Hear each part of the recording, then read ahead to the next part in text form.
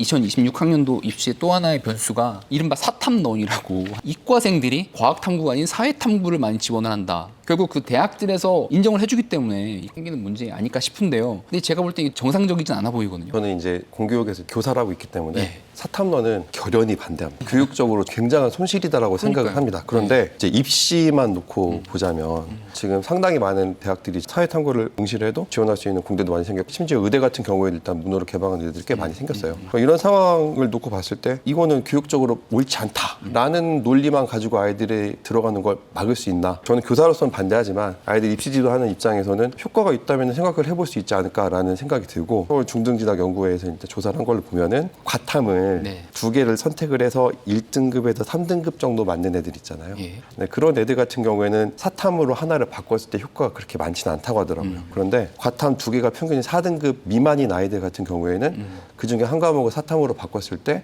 올라가는 비율이 50% 이상입니다. 사탐론에 대해서 고민을 해볼 수밖에 없는 상황이 만들어졌어요. 이거는 정말 문제가 많은 거예요. 그래서 그 관련해가지고 이제 걱정거리가 뭐냐면 네. 세 가지로 볼 수가 있는데 첫 번째가 이제 과탐을 선택한 학생들입니다. 과탐을 두 개를 선택한 학생들 중에서 사탐으로 많이 넘어간 과목이 있어요. 남아있는 아이들 같은 경우에 일단 모집단이 줄어드니까 등급을 따는 데 어려움이 상대평가니까. 예. 많겠죠. 예. 그 다음에 두 번째가 이제 사탐을 선택하는 애들.